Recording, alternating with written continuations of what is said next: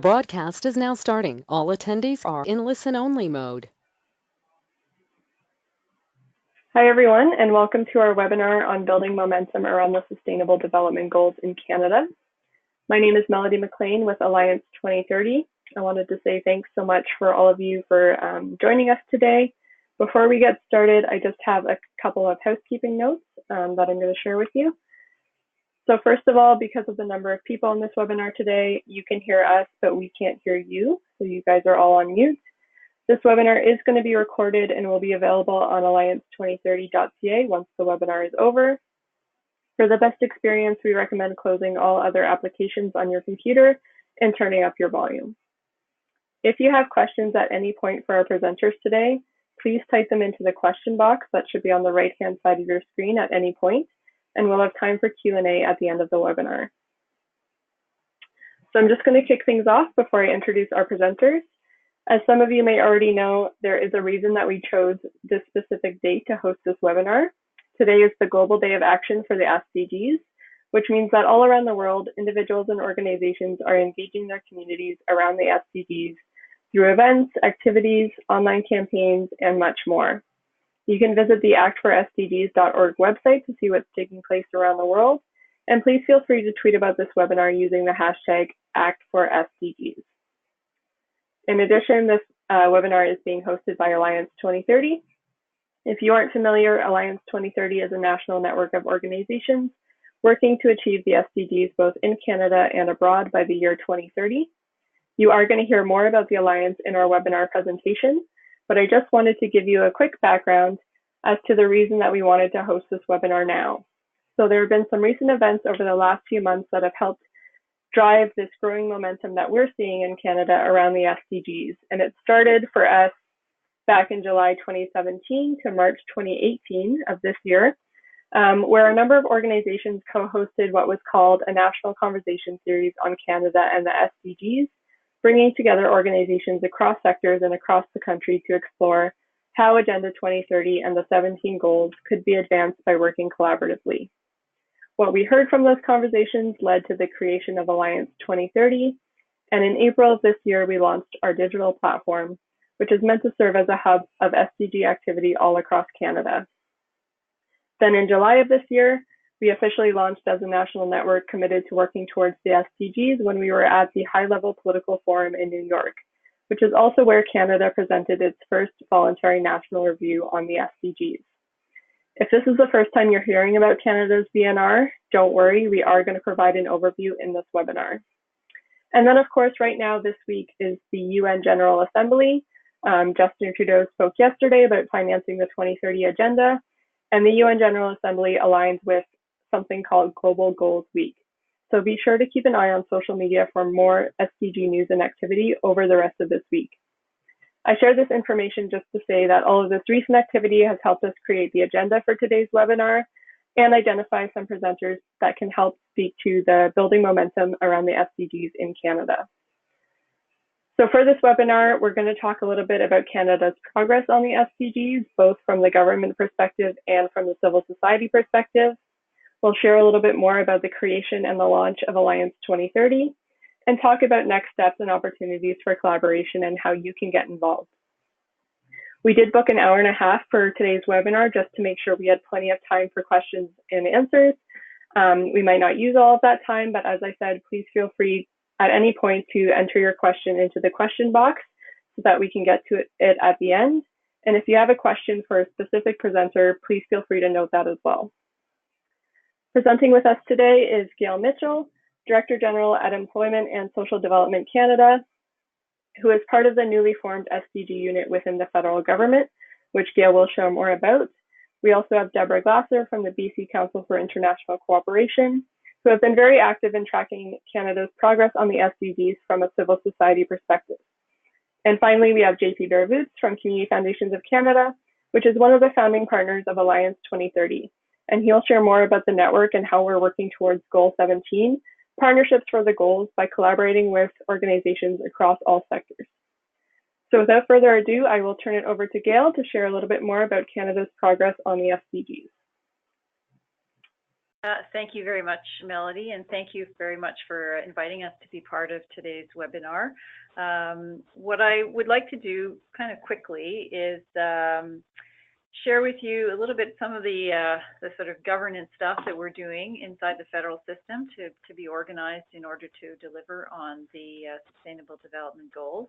Touch a little bit on the Voluntary National Report, and then really be available to answer any questions that folks may have about where we're going. So let me start with just reconfirming and sort of noting for people that in the spring, in the budget, the Prime Minister did announce that a unit would be created to support the delivery and the achievement of the Sustainable Development Goals. Subsequently, that unit is going to be set up at Employment and Social Development, but it's intended not just to support one department, but all of the ministers around the table, since most ministers touch things that will directly advance the Sustainable Development Goals. Minister Duclos further has been asked by the Prime Minister to be the lead minister, and he actually went to New York in July, as some of you may know, to present Canada's Voluntary National Report. And he is someone who believes strongly in social justice. He's an economist by training, so he really brings to this work a pretty broad perspective across the three dimensions that we see in the goals. So that's a little bit about sort of at a high level. Underneath that, what we're doing is we're creating a unit, and not a big group of people, but a group of experts who will be charged with developing a national strategy. And in order to do that, they will be reaching out to a broad range of Canadians, stakeholders, companies, governments, municipal, provincial, Indigenous organizations, in order to put together a whole of Canada strategy for the implementation of the goals. The unit will also be responsible for coordinating and supporting reporting back to the UN on Canada's progress against the goals. We'll be doing that in close collaboration with Statistics Canada, who have set up a data hub. And if folks haven't had a chance to check that out, it is available online. You just have to type in Data Hub, SDGs, and you will find yourself at StatsCan's webpage. And what that data hub does is it tracks all of the goals, all of the targets, and starts to flesh out in the Canadian context the indicators that we will be tracking. It's not a completed job yet. We still have a number of indicators where we're developing a domestic picture for that, but that work is underway. So that's a little bit about the governance side of things. Maybe sounds a little bit dry, but pretty important on such a horizontal initiative that we have the tools in place to really help ministers across this whole government to tell the story about implementation of the goals. A little bit about where we are, what have we achieved, and when Minister Duclos was in New York in July, he did sort of highlight a number of these areas. And what he did was he drew attention to the fact that the government's current mandate is very much aligned with the Sustainable Development Goals across a broad range of topics. So just as a few examples, poverty being #1 goal, the government has recently just announced a poverty reduction strategy. And as part of that strategy, underneath it, there's a whole series of initiatives that have been announced over the past couple of years to support reducing the number of children living in poverty through something called the Canada Child Benefit, housing strategy to support access to more affordable housing for Canadians, better supports for seniors living in low income.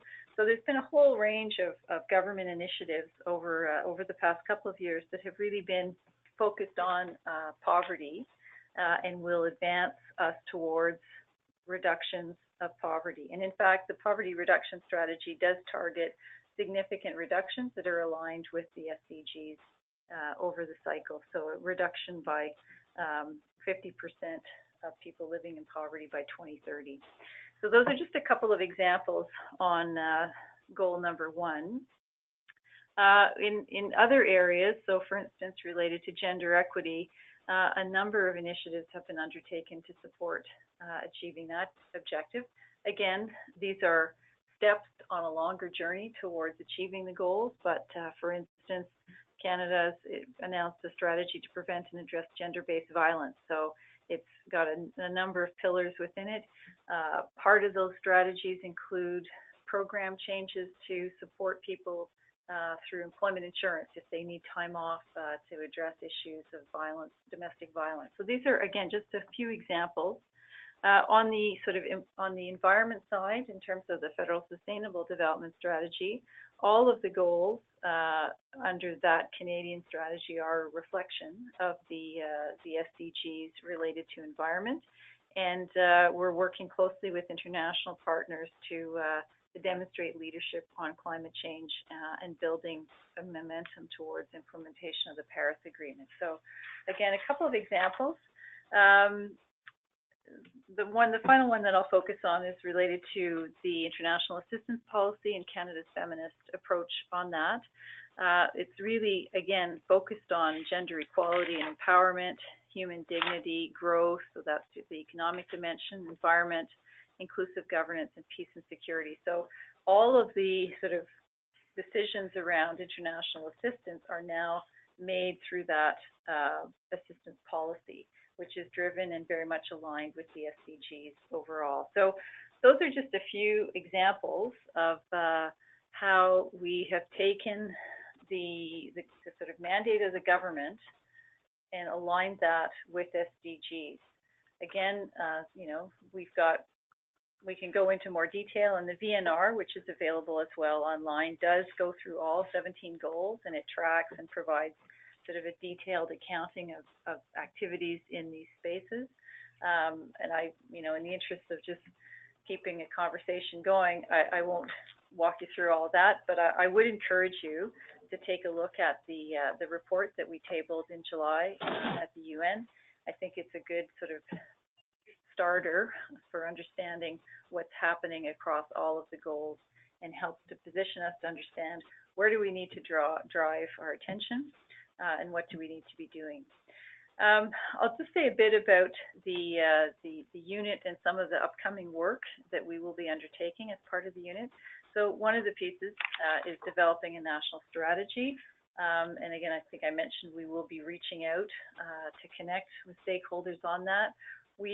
Our goal is to have in place a national strategy that we can sort of use to guide our work by sort of spring, summer 2019, which means that over the coming months we will be engaging with stakeholders. The next formal reporting into the UN in terms of our performance on the goals is yet to be determined, but the plan is that we will provide annual reports and we'll work with StatsCan in order to be able to do that. So maybe, Melody, I'll stop there, and I'm assuming you'll want to go to questions at the end. Yeah, that's right. Thank you so much, Gail. Right now, I'm going to turn it over to Deborah Glasser from the BC Council for International Cooperation. So BCCIC is another organization that is doing a lot of work to track progress on the SDGs, but they're doing it from a civil society perspective. So I'll turn it over to Deb to talk a little bit more about that. Thank you, Melody. So I do have some slides if those would be able to, thank you. So yeah, thanks for having me on the call. I'm going to spend some time today talking first about some of the highlights about the HLPF in general from a BCCIC perspective, and then touch on the VNR and kind of the civil society impression of the VNR and what we've done to track the SDGs. And then I'll just conclude with a little bit of what we are going to continue to do as civil society in British Columbia. So can I have the first slide, please? Or the second slide, I suppose. Thank you. So one of the main highlights for us for the HLPF that was in July 2018 was the support that we were able to give to 21 youth delegates to attend the high-level political forum. And they were able to go to the HLPF to provide a youth perspective and provide input into the goals and what they mean for Canada. And we had 21 youth there, and they all participated in a 3-month-long boot camp, an SDG boot camp, prior to attending the HLPF. So they were trained in what the goals are, how they intersect with each other and with the Canadian policy, and especially from a British Columbia perspective and a youth perspective. And they'll be developing an impact report that will focus on what they learned at the HLPF, but also what they contributed. And that's being put together right now and should be published next month. But just to touch on some of the highlights, the BC delegation in total, not just youth, but the rest of us who also attended, was 26 individuals. And I think that was bigger than the Canadian delegation, the official delegation. And the youth were able to meet with the minister, as you can see in this photo, with the parliamentary secretary, MPs, a senator, provincial premiers, and mayors. They contributed to an intervention on SDG 11, which is about sustainable communities and cities, and they presented that intervention from the floor of the HLPF. They also organized and ran a youth-focused side event on how the SDGs could be effectively implemented in Canada to reach youth and others who are often left behind. So as you can see, they had a great deal of contribution, and that really reiterates the importance of supporting youth to be part of the official delegation, not just a BC delegation, but really part of the official Canadian delegation. And to do that, we really have to do it in a way that is transparent and timely and supports involvement and attendance of those youth who would typically not be able to access these sort of opportunities. So, we're always calling for support for youth involvement, and along with civil society, participation on the official Canadian delegation. Another highlight that we saw was the presence of subnational governments on the official delegation. So we saw both provincial and municipal delegates. And this is really critical because we always say we're, a provincial council, and it's very important to have provincial and municipal leaders at these meetings and involved with the SDGs, because the jurisdictional responsibility for many of the SDG targets are going to fall under provincial or municipal responsibility. And so achieving the SDGs in Canada will require a bottom-up implementation approach and coordination across all levels of the government, including municipalities and provinces. And actually today, BCCIC, we've released a policy brief calling for such coordination and outlining how provinces can work with the federal government, among others, to integrate the SDGs into subnational planning and policy. And for the next slide, please. I wanted to move on to just looking at some of the highlights now from the VNR and our impressions of the VNR. So just to back up a little bit, the VNR, for those of you who might not be familiar, the Voluntary National Review. Every country who is a signatory to the 2030 agenda is committed to report twice on their progress towards the goals in the 15-year lifespan of the SDG framework. And so, as Melody mentioned, this year was the first year that Canada has reported. And of course, the biggest things, as Gail was talking about, that we saw in the VNR were these institutional changes. So we saw the establishment of an SDG unit, we saw the commitment to developing a national implementation strategy, and these are really good starting points. And we're really eager to see how this plays out. Working across departments is critical, since the SDGs are broad and interlinked. And so it's very encouraging, Gail, to hear that you are looking to use a whole of Canada approach, and that you're continuing to work on domestic indicators that make sense of these global targets. We've always said that we should be thinking of a whole of society approach, not just a whole of government approach. So that means engaging with organizations, businesses, youth, Indigenous communities, among others. As JP will talk about in a little bit, the amount of expertise and movement within civil society and the philanthropic communities is overwhelming, and the contributions of those sectors should be incorporated into the government's work. So having a whole of a whole of Canada approach is critical, but how do we do that? And here we can actually look at quite a few models that are out there for effective SDG coordination and implementation with civil society or multi-stakeholders in general. There's actually, I'm just going to list a few examples just to kind of get people thinking about what's out there. Ghana has an SDG implementation coordination committee that involves civil society and the private sector at the highest level of government, at the cabinet level. Guatemala has a national SDG administrative structure with 18 civil society representatives who actually have budgetary authority to allocate funds for SDG prioritization. And one last example is that Germany has launched this Partners for Review, and it's a network of actors from politics, civil society, the scientific community, and industry who are all involved in the national reporting procedure on the implementation of 2030 agenda in their country. And so on that, BCCIC has actually released another briefing paper today, and it's all on SDG institutional structures, and it looks at some of these examples and makes recommendations for developing an SDG unit in Canada. And this is the first of 7 briefings that we'll be releasing, and it'll look at the structure and authority of the unit, best practices for implementation strategies, and also a series of recommendations for developing an effective mechanism for multi-stakeholder engagement. Because while it's great to start with consulting with that whole society approach, with business, with civil society, they're really, from the examples that we've seen and from the best practices that we've identified globally, there needs to be really a formalized partnership between these multiple stakeholders and government and the provinces, Indigenous communities, municipalities, where it's a continuous and sustainable relationship that's working together on everything from identifying targets, developing the implementation strategy, all through to monitoring.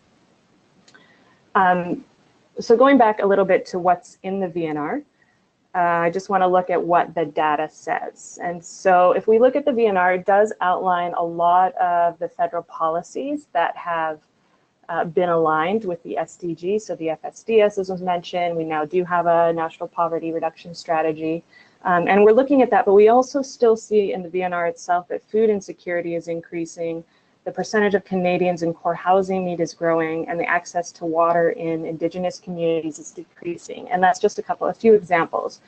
And the VNR, while it does strongly emphasize public spending to solve these issues, because the data show that that's not working perfectly, that we know that that's not quite enough. And what we need is additional policy tools, which are also critical to get to the targets. So, intergovernmental cooperation and partnerships are just a couple of those. And these findings are echoed in our shadow report, which, as you can see the cover page here, it's called Where Canada Stands, and it's volume 2 because we actually wrote a report last year for HLPF 2017 as well. And this report, this year's report, it functions under the guiding question of who gets left behind. And to answer this question, we really needed to take a subnational view of Canada's progress. Because what we see when we start digging down is many pictures, not just one national picture. As we drill down to the regional and local realities, it really does become clear that Canada's already marginalized communities are being even further left behind.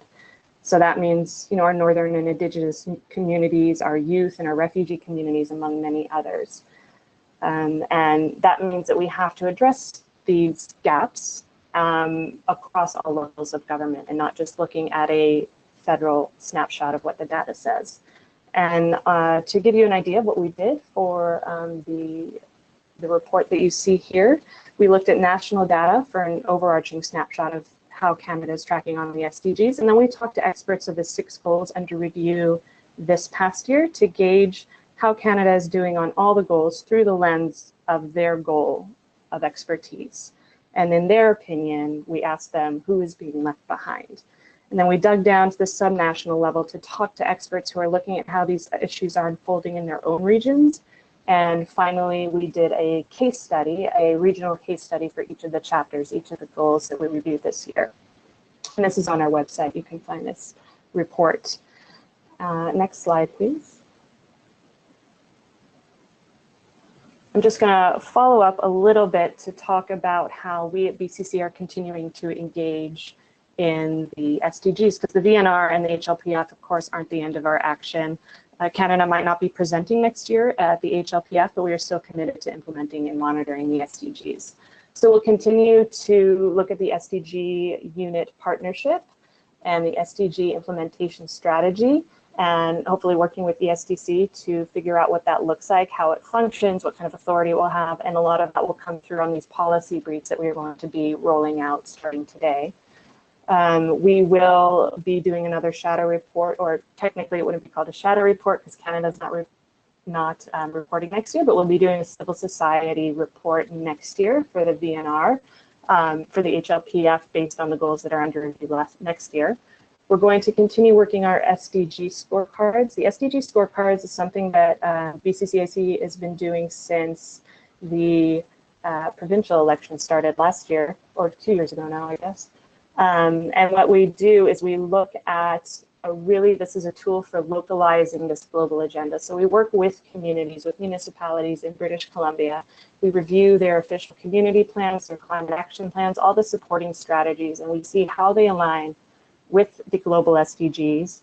And then we can actually measure how they're doing on their stated commitments. And that gives us an opportunity to look at where there are gaps and where they might be able to look at other examples of best practices to be able to close that gaps. We're going to continue doing our Sustainable Development Goals mapping, which some of you might be familiar with. It's called the Movement Map. And we've mapped British Columbia and the North, and looking at organizations that are doing SDG work. And this map can be used as a tool to connect individuals and organizations working on the SDGs. And we're going to continue this mapping throughout the country. We will continue our BC 2030 campaign. This started during the provincial election, and it's a nonpartisan campaign.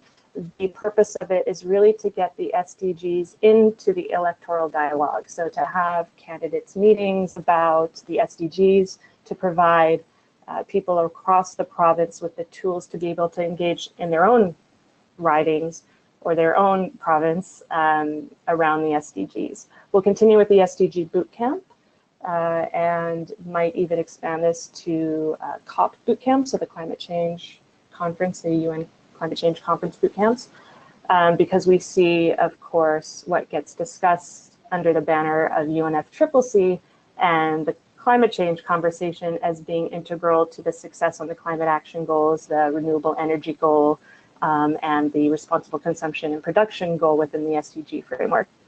And finally, we'll be engaging through Partners for Review.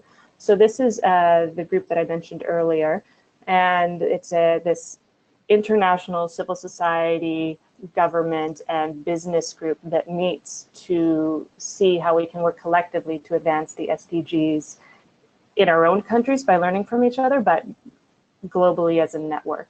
And so our executive director, Mike Simpson, will actually be at a meeting in Berlin presenting on some of our SDG work later next month.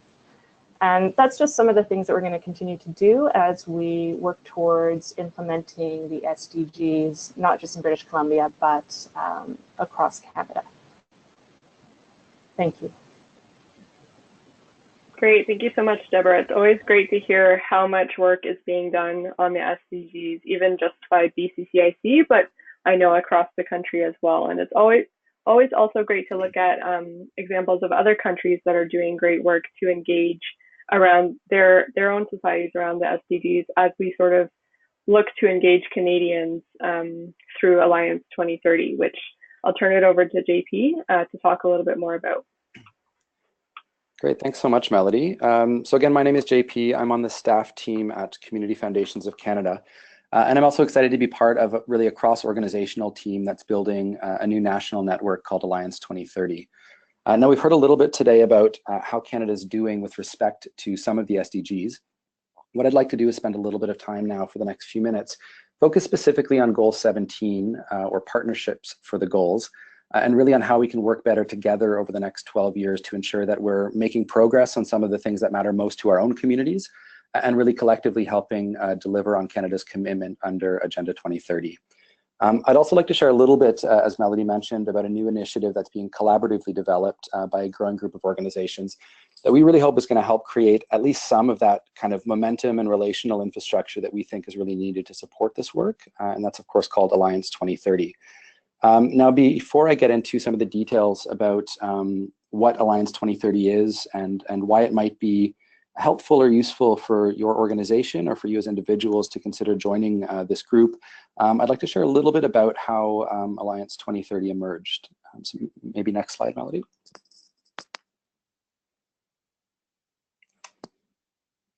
Next slide. There we go. So anyway, we saw briefly the SDGs up there. So as many of you know, in 2015, Canada and 192 other countries signed on to Agenda 2030. and really committed to an ambitious set of 17 goals that envisioned a planet that was more equitable and more sustainable. When this agenda was launched, we were particularly interested at Community Foundations of Canada about how it might provide a lens to think differently about our own work across the country, and really what the potential of a shared language and framework might be for us to work more collaboratively with others, not only across our own sector and across sectors in Canada, but also internationally. Next slide. Right, so around the same time, so in 2015, we had been actively involved in the development of a network that was called Alliance 150, which was again developed alongside a group of partners with support from the Government of Canada to help foster meaningful collaboration, engagement, and outcomes associated with Canada's sesquicentennial in 2017. And what we found was this frame provided a unique opportunity to connect organizations that hadn't been connected in the past, and to foster a real and meaningful conversation about the current state of Canada, about its history, and about the type of future we might want to work toward together. Next slide.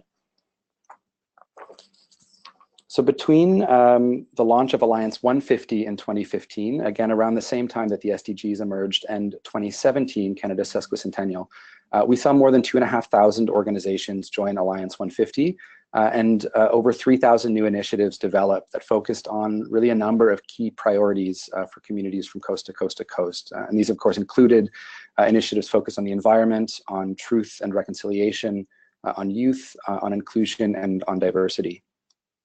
Next slide. And the momentum that was unlocked through Alliance 150 was really quite incredible, and I think quite surprising. And it started to cause us to think about, especially as we approached 2017, whether the SDGs might actually cast a wide enough net and allow such a large and diverse group of organizations to not only stay connected, but continue to grow and to work together. So in June, as Melody mentioned at the start of this webinar of 2017, to really test this hypothesis, Community Foundations of Canada, alongside a number of other partners, kicked off something called the National Conversation Series on Canada and the SDGs, which saw hundreds of organizations across the country and really across sectors share their thoughts on this agenda. And we were actually really surprised by what we heard and by the results that came from some of our post-conversation survey work. Next slide. So this is just a look at some of the data that came out of that National Conversation Series, again, which engaged hundreds of organizations across sectors and across the country. First and foremost, worth noting that the majority of the participants in this conversation series, which were evenly split between both domestic and internationally focused organizations, agreed that the SDGs were a useful framework for advancing their work. So that's 89% of all participants back in mid-2017 sharing that insight. I think what surprised me most was that almost 40% of the organizations engaged were already starting to think about ways in which they could align the data that their organizations were collecting to this framework. And I think this was at a time that we didn't really see any organizations, perhaps outside of BCCIC and others, really bringing this to the forefront. And similarly, 94% thought that it would be valuable or very valuable to convene a network of organizations that was working on the SDGs actively. And so this is some of the data that really reinforced our thinking around the development of Alliance 2030. Next slide. And so since those conversations, Community Foundations of Canada has been working very closely alongside really a growing number of partners and of organizations to help build out this network and really think about what it could be. And as a part of that, we've recently launched, again in July of 2018 at the High Level Political Forum, a new digital platform called Alliance 2030, which again both builds off of some of the infrastructure that was developed for Canada's sesquicentennial, as well as the input of our National Conversation Series participants and partners. Next slide. If you haven't yet looked at the website, this is just a very quick glimpse of the homepage. We'll jump to the next slide as well. And since launching that website, we've really seen continued momentum. There's currently about 1,500 organizational profiles on the website. And of course, through those organizations' participation, we're developing a really interesting kind of picture and map of what's going on across the country with respect to the SDGs.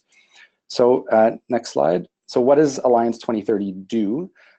So to date, and really again based on the feedback of a number of partners and of our National Conversation Series, The website highlights key stories and important information about the SDGs and how Canadians and Canadian institutions are working toward them. All members, so all 1,500 organizations that currently have a profile on this website, have access to post articles and stories directly to the platform. It also has a growing event listing, again, which members can easily leverage to amplify their local events and help really paint a picture of all of the momentum that's taking place across the country around not only the SDGs, but the specific issues that the SDGs outlines. Members can post descriptions of active or upcoming projects. And in the future, we're going to be doing a lot of work to build out a space in which members can also explore opportunities to access granting or other funding opportunities to support their initiatives. And again, as I mentioned, it's quickly becoming a database of individuals and organizations that we're collectively through the platform able to disaggregate by location, by sector, and by SDGs, which from our standpoint helps play a role in fostering more collaboration and more partnership, because it will be easier to find out who else is in your community, in a neighboring community, or in another province that's doing work that's similar to your own, and the information that you need to connect with them. So what I want to do quickly now, just to wrap up, is talk about a couple things that are coming up that we're excited about, and then I'll share a little bit about how you can join Alliance 2030 for those that are interested. So first, we're super excited today to announce the launch of a new podcast called No Little Plans, which is really going to be diving deep on the SDGs and exploring how Canada is actually doing to ensure that no one is left behind as we work toward meeting them. The first episode is just online today on iTunes and Google Play. So if you have an opportunity and if you like podcasts, definitely check it out. It's a great first episode, and we're looking forward to releasing more alongside partners in the weeks and months ahead. Next slide. I also wanted to flag one event that is currently posted on Alliance 2030 of many that we'd encourage you to check out. And that's called Together 2018, which is being hosted in Edmonton by the Alberta Council for Global Cooperation. The Together conference series is really quickly becoming one of the central spaces to explore how to connect, collaborate, and develop solutions related to the SDGs. And so if this is something that you're interested in, I highly encourage you to check out the Together 2018 website, as well as to browse other events that are currently listed on Alliance 2030. Next slide. And of course, there's a lot more to share. And so if any of this sounds interesting, I really encourage you to check out Alliance 2030's website, to click the Join Now in the top right-hand corner. It's a very, very quick, free, and painless sign-up process. And again, really gives you an opportunity to publish and access stories, events, projects, and to access just up-to-date information about the state of the SDGs and our collective work toward them across the country. Now, of course, in our first presentation, we heard a little bit about a desire to continue to consult with Canadians about the development of a national SDG strategy. And of course, as those opportunities become available, we'll also be actively looking to promote them on alliance2030.ca so that everybody has an opportunity to really meaningfully feed into this work. So I'll hand it back to you, Melody, and thanks so much. Great. Thank you so much to JP, Gail, and Deborah for those presentations. I'm going to open it up to questions now. If you have a question for any of our presenters, please feel free to type it into the question box. And I'll also invite our panelists, if they have any questions for any of our other panelists, please feel free to ask.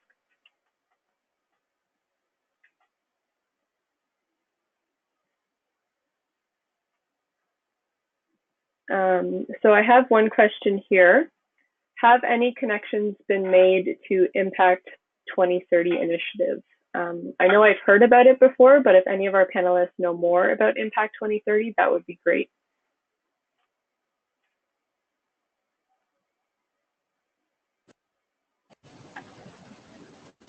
Other than hearing about it, I'm not familiar, unfortunately. This is JP. I've been following the work, and again, I think one of the things that's just starting to solidify right now, which is really exciting, is that all of the different networks nationally and across sectors that have been developing to support work connected to the SDGs have really started to, in a way that I haven't experienced in the past, kind of connect and find opportunities to collaborate and amplify one another's work. So there hasn't been a direct point of contact, but that's something that we'd be really excited to explore. Yeah, and for those of you who don't know, Impact 2030 is a private sector-led initiative There's also Global Compact Canada as another private sector initiative in Canada. So there is a lot of momentum in the private sector around the SDGs, and we're certainly, as Alliance 2030 hopes to be a cross-sector network, we're certainly hoping to connect with these kind of initiatives that are already underway. All right. I do have a question for my fellow panelists, for Gail. Sure. Gail, you mentioned that even though there won't be a VNR report next year, and you're not sure when the next one for Canada will be, that there will be annual reports. And I was wondering if you could expand on that a little bit about those will be coming out of the SDG unit, I assume, and what those might look like, and will it be a report against the full suite of SDGs every year, or just what's under review? Well, those are really great questions. We haven't landed answers for most of them, so we're still kind of trying to explore it. It'll be shaped very much by that whole of society, that national strategy. So options are really to focus in on some key priorities and align those with the priorities that the UN establishes on an annual basis. But we haven't ruled out any particular approach just yet, and certainly open and welcome your views on that. Thank you. Great. Deborah, I have a question for you. One of our participants is asking, what are the metrics that BCCIC uses to measure success in affecting change at the provincial and the federal government level? So we have a few. So for the shadow report that I mentioned before, we're looking at both provincial and federal data available. So either from Statistics Canada or from BC Stats as kind of the baseline for the overarching picture. And then on the provincial side, at least, which is where we're focusing right now with the subnational focus of the shadow report, then we, in a sense, want to ground truth that by going and speaking to experts to see if what the data says is how it's playing out, at least in their experience, subnationally. And then the other thing that we're doing through the SDG scorecards is looking at, so it's municipality by municipality, but it's meant to build a provincial picture of progress on the SDGs. And we're looking at the official community plans of communities, and then any supporting strategies that the community has. So a common one is a climate action strategy. We also have some healthy city strategies and other sustainability strategies. And there we're looking at the targets identified by the community itself and looking to their data that they're using to track to see if they are actually on track to achieve their targets. And then from that, we can kind of build a provincial picture. Great, thank you. I have another question. Probably Gail is the best person to answer this one. So I mentioned at the beginning of the webinar that this week the UN General Assembly is going on and the federal government is there. Prime Minister Trudeau is there. Gail, are you aware specifically of Canada's UN contributions this month pertaining to the SDGs? So what specifically is the government speaking to at the UN this week? So the meeting at the UN this week is the General Assembly, and so that's the entire picture. A couple of areas that are focused for that presentation. The PM's talking a lot about sort of the rule of law, support of human rights, and it's also tied into the official launch of Canada's bid for a seat on the Security Council. So while there may be some reference to SDGs, the focus is on a broader sort of multilateral international dialogue around human rights and a rules-based approach to international dialogue. Great, thank you. We have a question here asking, is there any effort underway to unite all the populations around the world on similar themes? So is there a kind of global network being built around the SDGs? Is anyone able to speak to that? I think I can speak to that a little bit. Well, first there is the Partners for Review, which is a bit more focused on the review of the progress on the SDGs and the VNRs. And so that, as I said before, was bringing together global civil society who are encouraged to bring government officials to these meetings, as well as business members from the business sector. In terms of global civil society movement, there are a couple places where that pops up. So there's Action for Sustainable Development, which is very active in all the HLPFs and at the General Assembly, and in between all those meetings in having collective action on the SDGs. There's also Together 2030, which started out as a post-2015 global civil society. Okay, what are we going to do after the MDGs expire? And that turned into Together 2030. So that is, again, another space for global civil society to come together and talk about what everyone's doing on the SDGs and how we might be able to work together to advocate for more movement around that. Those are the three that pop into my mind right off the top of my head.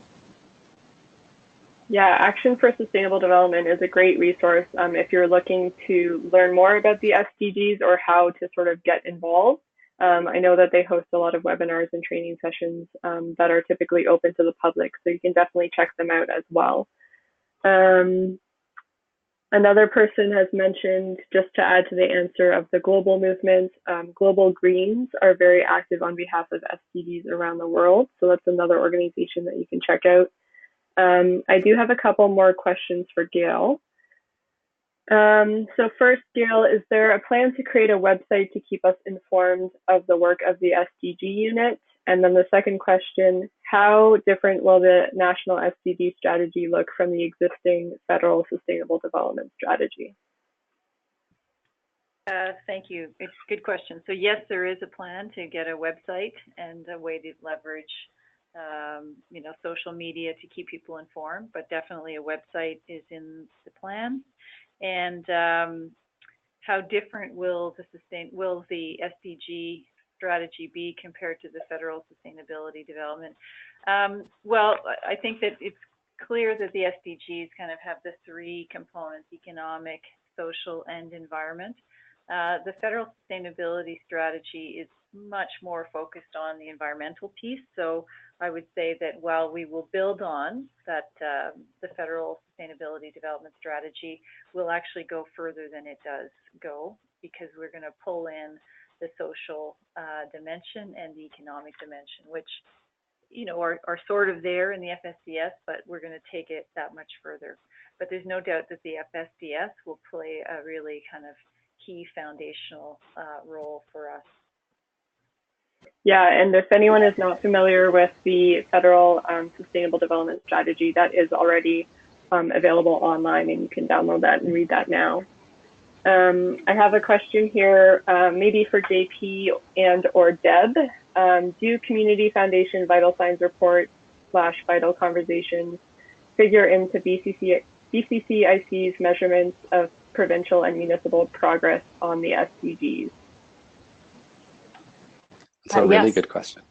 It's a great question. And for us, the answer is yes. It's actually another, I should have mentioned that, it's another set. So beyond the provincial and national statistics, we also look at some of the work that's already being done to track progress on some of the issues that align with the SDGs. And that's why we look at official community plans and their own strategies. But yes, we have actually worked with a few communities who do the VitalSigns and look at how we can align that with the SDGs, so that we're not making more work, that we're not repeating it, but there's already a lot of good civil society data collection out there that we use to incorporate into a scorecard or a measurement that tracks the SDGs. Because of course, when a lot of the VitalSigns, they'll identify community issues that do align with the SDGs, but they weren't initially developed with the SDGs in mind. So because when we're doing the SDGs, when we're doing the scorecard, we're thinking about the 17 SDGs that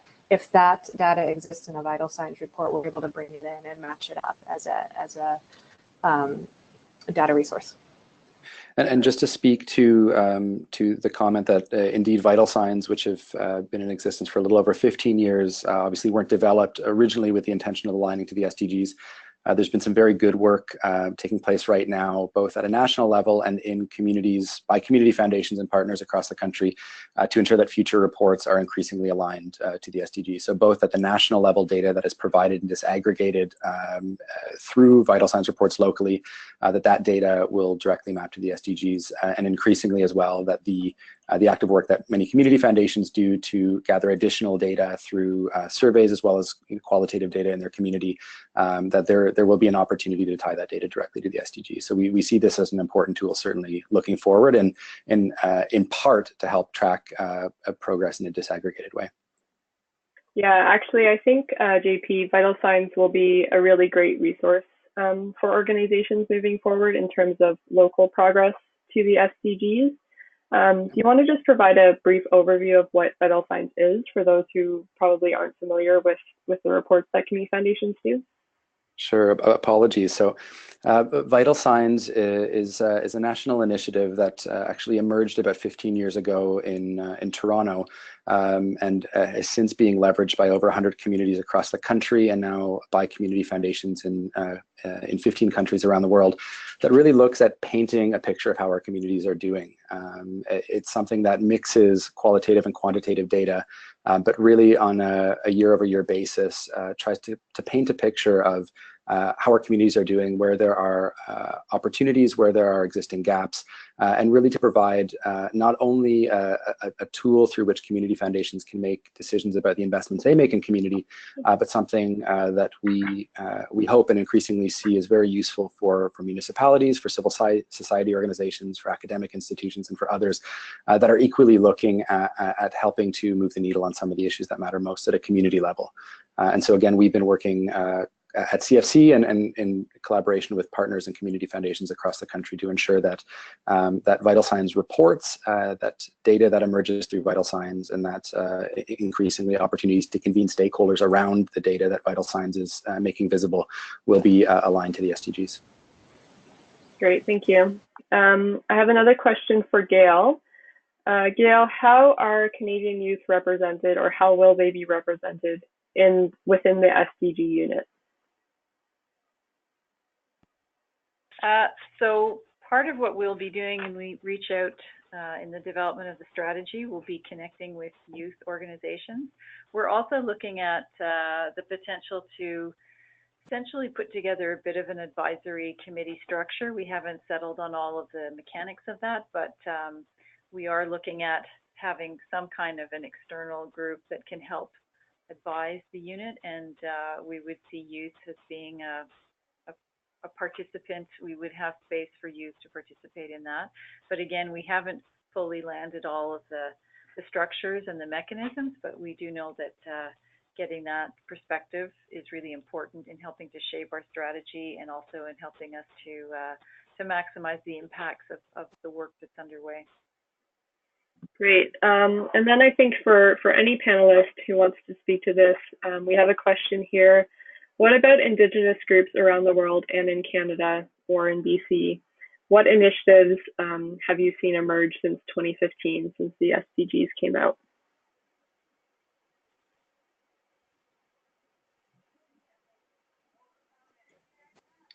So this is JP.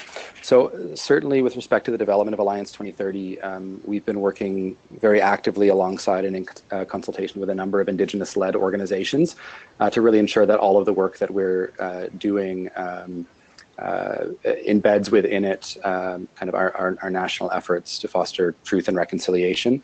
And this is important for a couple of reasons. Obviously, we very much recognize, first of all, that in many cases, Indigenous, remote, and northern communities really bear a disproportionate burden with respect to some of the issues that the SDGs attempts to frame. And similarly, there's really an incredible opportunity to, I think, help develop an approach that's unique in a Canadian context that really represents and embeds within it Indigenous perspectives and worldview, because obviously many of the issues that are identified in Canada wouldn't be the same issues if we were following those principles. So you want to anything to add?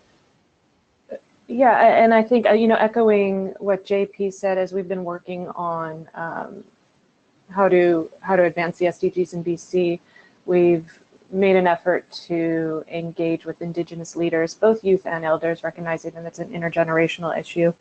And one thing that when BCCIC first started engaging around the SDGs back in 2015, we started by doing a regional tour around the province and having roundtables in different communities.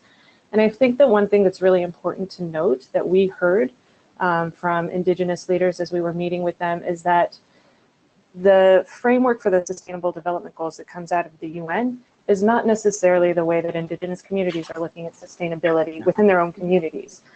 We got a lot of feedback that, you know, these are really great points, but when we're talking about a sustainable community or a rich culture, we're not necessarily talking about, oh, you know, CO2 emissions in our public transit. We're talking about access to our Indigenous stories, or when it comes to food security, it's access to our traditional foods and the land that we need to get that food off of.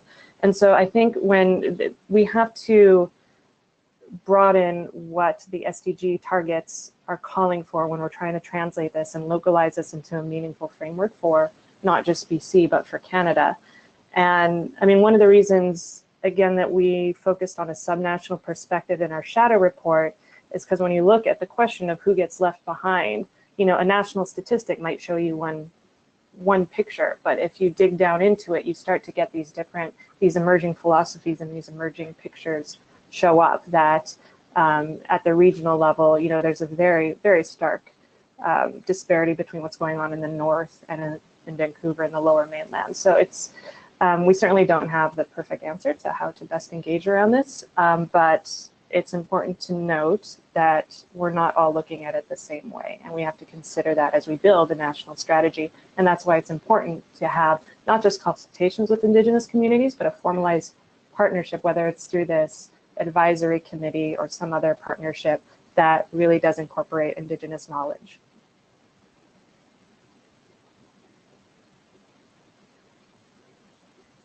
Great, thank you.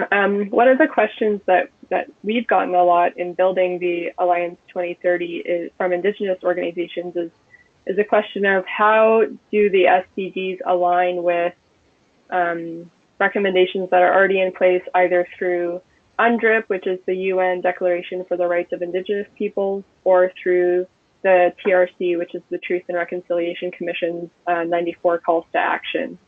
So Gail, are these things that you'll be taking into consideration when doing the consultations and developing the national strategy? Well, certainly one of the things that that we'll be doing at the federal level and working with departments across the system is to look at the broad existing policies, see how these align with the SDGs, and included in that, of course, are, you know, the government's priority around reconciliation is key, so that these pieces all have to sort of come together, and we have to be able to understand where we're aligning and where there are gaps and how we want to, you know, manage those gaps going forward. Mm-hmm.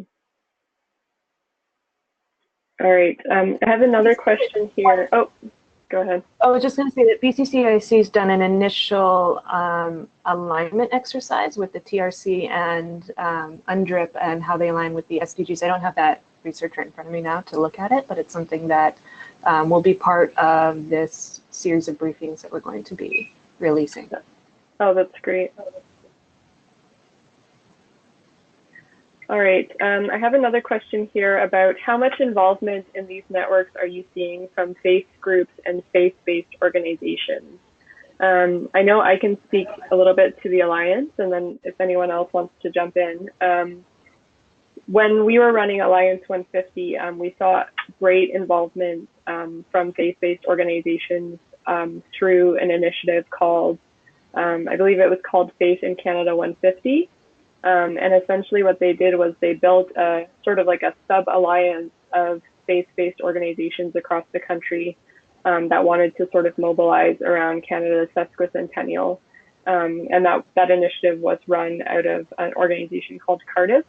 And so I know that they did a lot of work very similar to us in terms of mobilizing organizations across the country over the past year or so. And so I'd be really interested in sort of seeing how they're leveraging that network and the assets they built into something like this, where it's a broad enough framework that I think most organizations can sort of see themselves in.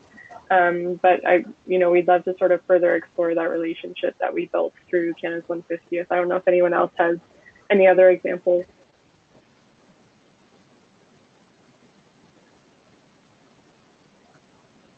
I'd only say that BCCIC is part of Alliance 2030 and committed to the SDGs, and within our own network, within our own membership, we have several faith-based organizations, and part of the membership requirement is to sign on to the SDGs to support them. Great. I have another question for Gail. How will the government engage with academia in terms of consulting the SDG experts? And then they suggest maybe a call for proposals for a Center for Excellence on the SDGs could be a possibility. So that the idea of a Center of Excellence, that's an interesting one. We've certainly had interest from different academic institutions and academics specifically, and we'll pull that into our engagement plan as we develop the national strategy, whether there's over the longer term some opportunities for something a bit more sort of, I guess, longer term, like a Center for Expertise. That's definitely something we would consider. We haven't made any decisions on that. But we want to take full advantage of the work that's happening in the academic sphere in order to be able to drive the agenda. So ways to make that happen, we'll be looking at options. Yeah, a great resource on the academic side is the Sustainable Development Solutions Network, which was it's a global sort of series of networks launched by Jeffrey Sachs, but the one in Canada was just launched and it's housed out of the University of Waterloo. And so they're doing a lot of work to engage universities across the country and academics, specifically around the SDGs. So it's SDSN Canada. You can check that out for more information. I do have one more question here. If you have any other questions, anyone who's still on the line, please feel free to type them in now. Otherwise, we can always wrap up a little bit early. But I have a question here about the World Justice Project, which I'm not familiar with myself. But it says, according to the World Justice Project, Canada scores below the regional average on discrimination and access to justice. What is being done to ameliorate this situation? Does anyone have any thoughts on that?